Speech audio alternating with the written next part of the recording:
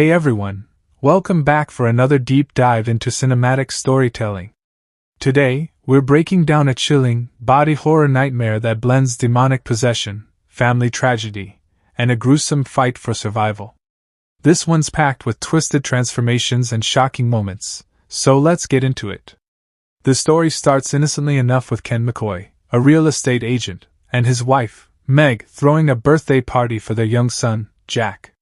When the hired clown cancels last minute, Kent, after a long day, finds an old clown costume in the basement of a house he's prepping to sell.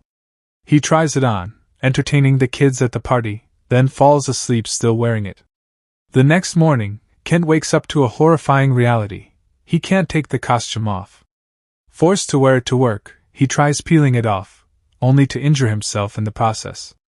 Back home, he vents to Meg, who removes the fake nose, accidentally wounding him further.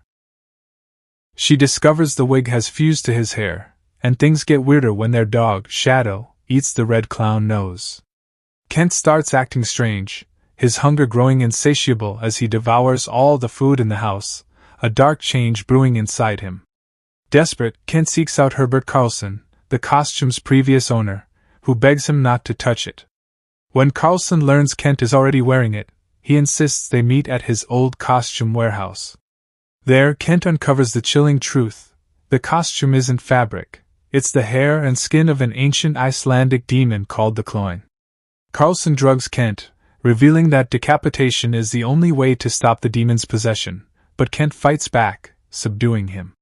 While driving Carlson to the police to report the assault, Kent's fingers and toes grotesquely elongate, causing him to crash the car. An injured Carlson warns him to kill himself before the transformation completes, but Kent, horrified, flees into a forest instead. In the woods, Kent stumbles upon a children's campsite, his hunger now monstrous. A boy finds him begging for food, but Kent accidentally bites off the boy's fingers, the demon's influence taking hold.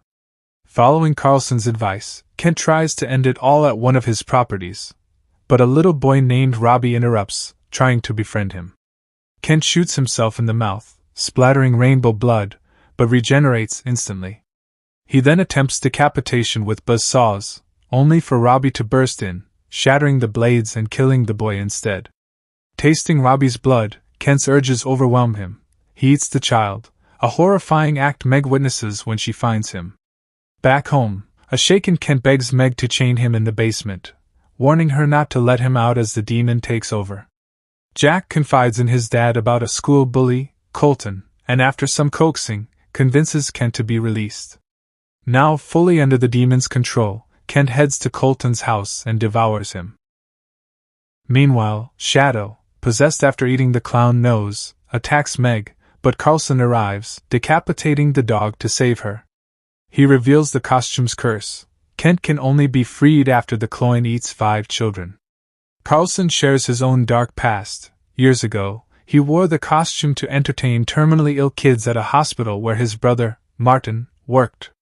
To free Carlson, Martin smuggled 5 dying children for the demon to consume, but their attempt to destroy the suit failed. Now fully transformed, Kent sneaks into a Chuck E. Cheese, consuming one child in the ball pit and another in the slide, sparking panic. Meg tracks him down as Carlson tries to decapitate him with an axe. Meg pleads with the Cloyne to spare Kent, but the demon demands one more child to complete the curse, threatening to eat Jack if she doesn't comply. It tells her to bring the 5th child to their special place, a lost girl at Chuck E. Cheese recognizes Meg as a nurse and begs to be taken home, but Meg, torn, drives her to the location and locks her out of the car. Panicking, Meg realizes Kent isn't there. The demon is after Jack instead. Meg races home, where her father, Walt, has brought Jack. Walt offers to help, but the Cloyne sneaks in, killing Walt by ripping off his jaw. Meg fights back as the demon tries to devour her unborn child from her womb. She screams for Jack to run, distracting the Cloyne, which then hunts for Jack. Meg slits its throat, but the demon throws her into a wall, undeterred, and continues its search. When the Cloyne finds Jack, Meg chains its neck to a water heater. Jack, seeing no trace of his father left, tells Meg the truth, and as the demon lunges again, Meg decapitates it with a hammer, apologizing for everything.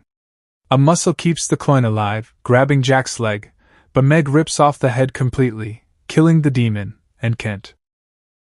As she embraces Jack, the demon's skin melts away, revealing Kent's severed head, just as the police arrive.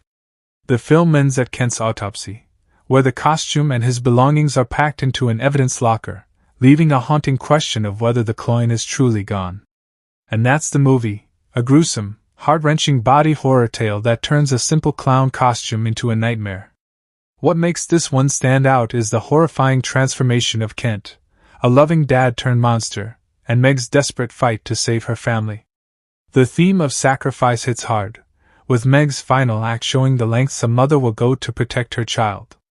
It's a dark, bloody descent that leaves you wondering what other evils might lurk in forgotten costumes.